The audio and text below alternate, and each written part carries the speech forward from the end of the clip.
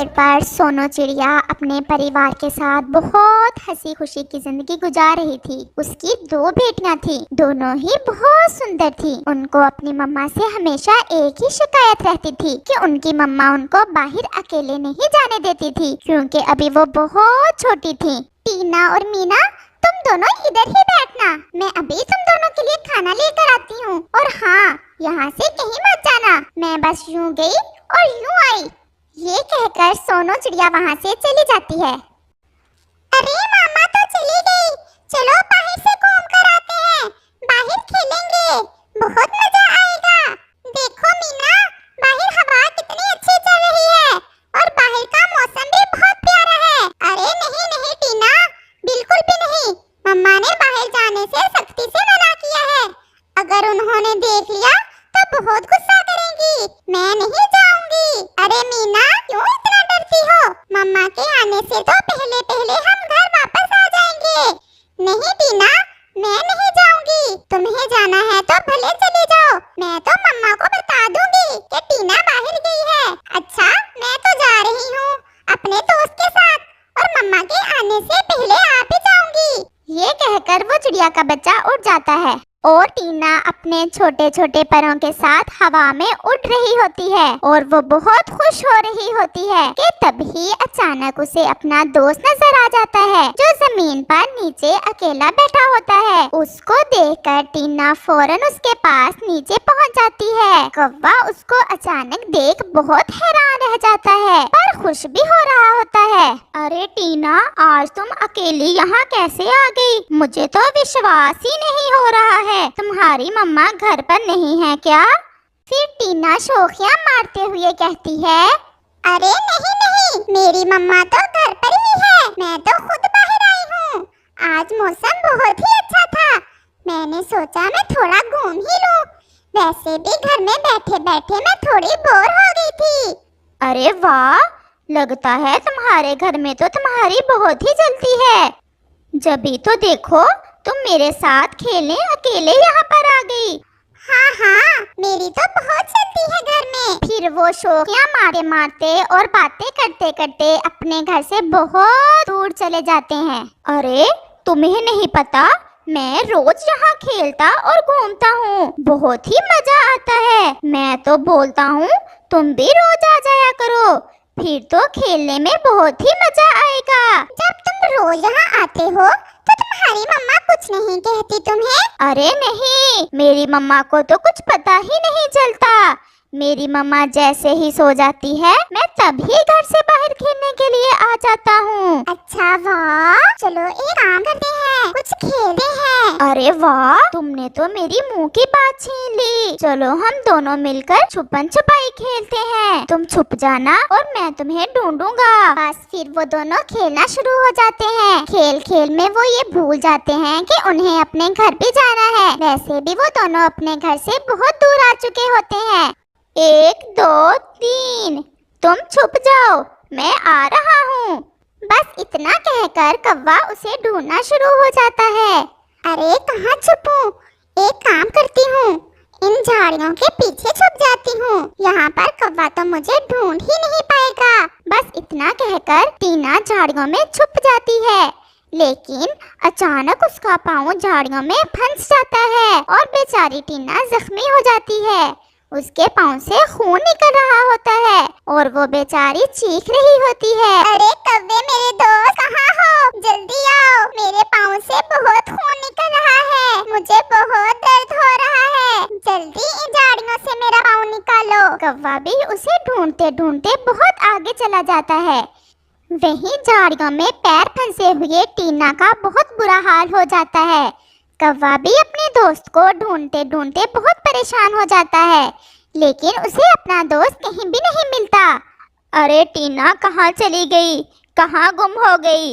इतना बड़ा जंगल है, अब मैं तुम्हें कहाँ से ढूंढूं? मुझे तो लगता है कि टीना चिड़िया इस जंगल में कहीं खो गई है। इससे पहले कि इसकी मम्मा यहाँ आकर मुझे डांटे, मुझे यहाँ से भाग जाना चाहिए। कौवा होशियार होता है, उसे अपने घर का रास्ता पता होता है, वो वहाँ से उड़कर अपने घर चला जाता है। जब सोनो चिड़िया वापस लौटती है तो मीना उसे बताती है, मम्मा मम्मा, टीना तो अपने कौवे दोस्त के साथ खेलने चली गई थी। मैंने उसे बहुत रोका कि मम्मा तुम्हें डांटेंगी, लेकिन उसने मेरी बात नहीं सुनी। ये बात सुनकर सोनो चिड़िया बहुत परेशान हो जाती है। हाय रे मेरी टीना, कहाँ चली गई? इतना बड़ा जंगल है, कहीं खो ना गई हो या कोई खतरा उसके सामने ना आ गया हो? नहीं मम्मा, टीना कह रही थी कि मैं अपने कौवे दोस्त के साथ खेलने जा रही हूँ। अच्छा चलो मीना बेटा, कौवी बहन के पास चलते हैं और उससे पूछते हैं कि जग्गू कहाँ ले गया टीना को।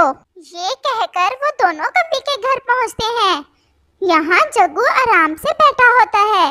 कौवी बहन, तुम्हारा जग्गू मेरी टीना को कहीं छोड़कर आ गया है, इससे पूछो मेरी टीना कहाँ है। जग्गू, ये चिड़िया आंटी क्या कह रही हैं? तुम मेरी इजाजत के बगैर घर से बाहर निकले थे और इनकी टीना को कहीं छोड़कर आ गए हो। जल्दी बताओ, तुम मेरी टीना को कहाँ छोड़कर आ गए हो? फिर वो कौवे का बच्चा बहुत डर जाता है और डरते डरते कहता है, चिड़िया आंटी, हम साथ खेल रहे थे, फिर अचानक टीना कहीं गुम हो गई। क्या कह रहे हो? कहाँ चली गई? पता नहीं कहाँ होगी मेरी टीना। चलो मुझे उस जगह पर लेकर चलो, यहाँ तुम दोनों खेल रहे थे। फिर जग्गू उन सबको वहाँ लेकर चलता है। यहाँ वो खेल रहे थे पर वहाँ कोई नहीं होता। अरे यहाँ तो कोई भी नहीं है, पता नहीं कहाँ चली गई मेरी टीना। सोनो चिड़िया का रो रो कर बुरा हाल हो जाता है और वहीं एक तोता टीना को लेकर आ जाता है। चिड़िया बहन, क्यों रो रही हो? क्या ये तुम्हारी बेटी है? ये मुझे झाड़ियों में फंसी हुई मिली थी और तो और इसका एक पाँव भी बहुत जख्मी हो गया है। मेरी प्यारी टीना कहाँ चली गई थी? मैंने तुम्हें मना भी किया था कि घर से बाहर ना जाना। सोनो चिड़िया टीना और मीना को लेकर अपने घर आ जाती है। इस कहानी से हमें सीख मिलती है कि हमेशा बड़ों की बात माननी चाहिए। वो जो भी कहते हैं हमारे भले के लिए ही। देखो पक्षियों, तुम सब ये बात जानते हो, मैं इंसानों की दुनिया की तुम सबसे ज्यादा जानकारी रखता हूँ। मैंने आज तुम सबको इसलिए बुलाया है कि एक आइडिया है मेरे जहन में। मैंने सोचा कि क्यों ना तुम सबसे बात की जाए। बात ये है कि मैं कल गया था पास वाले गांव में। मैंने वहाँ एक बहुत अच्छा निजाम देखा है। कालू, आप जल्दी से बता भी दो, क्यों इतना सस्पेंस डाल रहे हो? हम बहुत बेचैन हो रहे हैं। तोते मियाँ, थोड़ा धीरज रखो, आप तो हर समय मेरे पीछे ही पड़े रहते हो। मैं बता तो रहा हूँ। वो मैं क्या कह रहा था? कौवे भैया, आप कुछ देख कर आए हो कल इंसानों से? हाँ, मुझे याद आ गया। मैंने वहाँ देखा कि वहाँ एक आदमी के पास एक थैला था। वो घर घर जाता और उसमें से कोई चीज निकाल कर घर वालों को देता और फिर आगे बढ़ जाता। मुझे बहुत हैरानी हुई, ये देखकर मुझसे रहा ना गया। जब वो आदमी नहर के पास पहुंचा तो मैं एक एक करके पेड़ के ऊपर जाकर बैठ गया।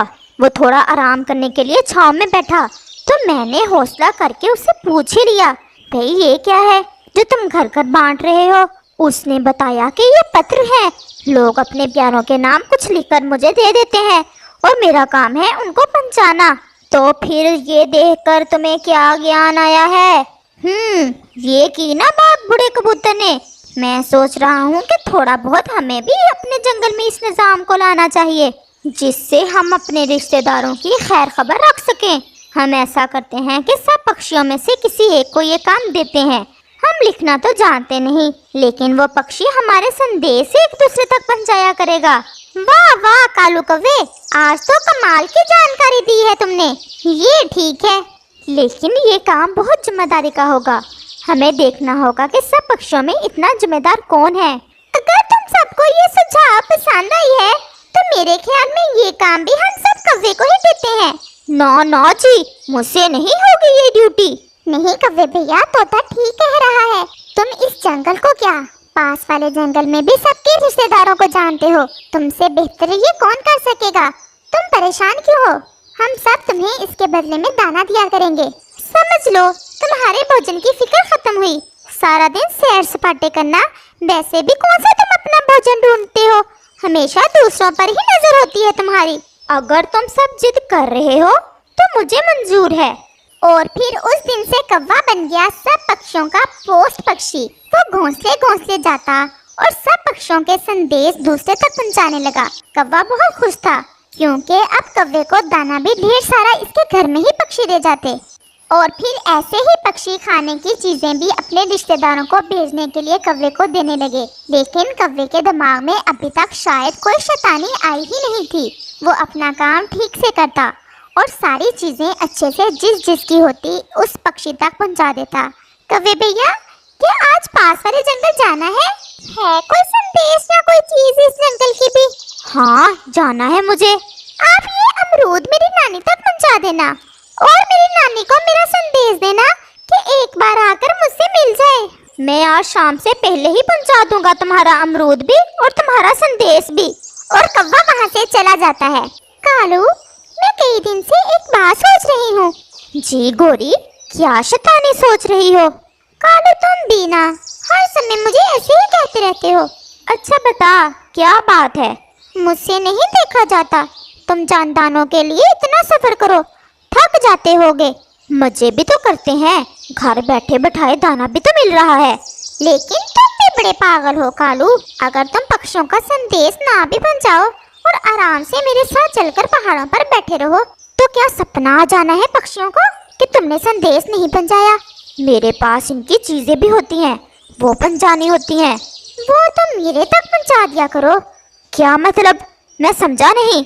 समझोगे भी कैसे? मेरा जैसा दिमाग कहाँ तुम्हारा। तुम खाने की चीजें भी घर ही ले आया करो और कह दिया करो पक्षियों से कि पहुंचा दिए हैं तुम्हारे संदेश भी और चीजें भी। ऐसे पक्षी हमें दाना भी दे जाया करेंगे और मुफ्त का माल भी घर बैठे ही मिल जाया करेगा। देखना, चंद दिनों में ही तुम एक राजा कौवा बन जाओगे कालू से। गोरी, बात तो तुम्हारी मुझे कुछ कुछ ठीक लग रही है। मेरा भी मन तो करता है कि सब पक्षी कालू की बजाय राजा के हैं। तो फिर लो, आज पहला अमरूद तोते का और खाओ मजे से। वैसे भी इसने अपनी नानी के लिए भेजा है, वो क्या करेगी इस उम्र में अमरूद खाकर। और हाँ, दाना जो पक्षी देकर जाएंगे वो हम रख लेंगे। इस तरह तो मैं चंद दिनों में ही राजा बन जाऊंगा, राजा। तो फिर देखा, तुम्हारी पत्नी कितनी जीनियस है। और फिर उस दिन के बाद कौवा पक्षियों से सारी चीजें लेकर अपनी पत्नी को साथ लेता और पहाड़ों पर जाकर बैठ जाता। सारा दिन वहीं बैठा रहता और शाम होते ही अपने घर आ। कालू भैया, क्या तुमने मेरी बहन को संदेश नहीं दिया था कि वो एक बार आकर मुझसे मिल जाए? क्यों नहीं, मैं कल बताया था और तुम्हारी बहन कह रही थी मेरी तबीयत थोड़ी खराब है, मैं कुछ दिनों तक आकर मिल जाऊंगी। और कौवा अपने घर चला जाता है। ये लो गोरी, सरसों के दाने कबूतर ने दिए थे अपनी मौसी को देने के लिए, खाओ और मजे करो। वाह वाह कालू, पति हो तो तुम जैसा, जो मेरे कहने पर हर उल्टा काम करते हो। ऐसा पति किसी का नहीं होगा जो इतनी मजे मजे की चीजें रोज लाता हो। अब तारीफें कर रही हो? अगर पता चल गया ना पक्षियों को तो चोंचे खाने में भी मेरी मदद जरूर करना। कभी नहीं पता चलेगा, और अगर लग भी गया तो तब तक तो हम राजा बन चुके होंगे, सब पक्षियों से मालदार, दाने वाले। बस कुछ ही दिनों में देखना, इतना माल जमा हो जाएगा कि सब पक्षी हमसे डरेंगे। तोते भैया, मैंने कौवे से कई बार संदेश भेजा है अपनी बहन को कि आकर मिल जाए। कालू कौवा बता रहा था कि मेरी दीदी की तबीयत खराब है, मेरे घोंसले का ख्याल रखना। मैं आज खुद ही देख आती हूँ अपनी बहन को, मेरा बहुत मन उदास हो रहा है। हाँ हाँ, तुम जाओ, और मेरी नानी के घर का भी तो पता है ना तुम्हें। मैंने भी संदेश तो भेजा था लेकिन वो आई नहीं। आप आते हुए मेरी नानी की भी खबर ले आना। और फिर ऐसे रानो चिड़िया दूसरे जंगल चली जाती है। दीदी, आप कैसी हो? क्या हुआ रानो, मुझे क्या हुआ है? मैं तो अच्छी भली हूँ, बल्कि मैं सोच ही रही थी आज या कल तुम्हारे यहाँ जाऊँ। दीदी, आप बीमार नहीं थी? नहीं, मैं तो बिल्कुल ठीक हूँ। क्या कालू आपको मकई के दाने भी नहीं देकर गया जो मैंने भेजे थे? रानो, मैंने तो कालू को कभी नहीं देखा इस जंगल में, मुझसे मिले भी उसे साल ही हो गया है। वो जब मैं पिछले साल गई थी ना तुम्हारे पास, तब मिला था कालू। रानो चिड़िया जान गई थी कि कौवा कैसे उन्हें उल्लू बना रहा है। वो अपनी दीदी को सारी बात बताती है। तुम सब तो हो ही पागल जो उस कालू कौवे का विश्वास किया। भला ऐसा हो सकता है कि कालू कोई खाने वाली चीज खुद ना खाए और उसे दूसरों तक पहुंचा दे? ऐसे ही बातों बातों में शाम हो जाती है। अच्छा दीदी, अब मैं चलती हूँ। रानो, अपना ख्याल रखना, मैं आऊंगी कुछ दिनों तक। और चिड़िया अपने घर की तरफ चल देती है। अब तो शाम हो गई है कालू, कल देखेंगे तुम्हें सब पक्षी मिलकर और निकालेंगे सारा माल जो अपने ही घर में छुपा रहे हो। और फिर सुबह होते ही रानो चिड़िया सब पक्षियों को इकट्ठा करती है और उन्हें सारी बात बताती है। मैं भी कहूँ, मेरी नानी को अमरूद बहुत पसंद है। मैंने संदेश भी भेजा और अमरूद भी। मुझे क्या पता, कालू तो अमरूद खुद ही खा गया। चलो भी पक्षियों, सब इकट्ठे हो जाओ और कालू कव्वे को सबक सिखाएं। और फिर सब पक्षी इकट्ठे होकर कालू कव्वे के घर की तरफ जाते हैं। क्या हुआ, आप सब यहाँ? मेरी नानी ने अमरूद खा लिया था और मेरी दीदी बहुत बीमार है ना। कालू तुम्हें इतनी इज्जत दी, लेकिन तुम्हें रास ना आई। नहीं नहीं, मेरा कोई कसूर नहीं है। मैं तो काम पूरी जिम्मेदारी से कर रहा था। ये गोरी है ना, इसने ऐसा करने को कहा मुझे। अब तुम्हारी यही सजा है कि निकलो इस जंगल से, वरना तैयार हो जाओ मार खाने को। और फिर ऐसे कालू कव्वे और गोरी कव्वी को पक्षी अपने जंगल से निकाल देते हैं और कव्वे का सारा जमा किया हुआ माल आपस में बांट लेते हैं।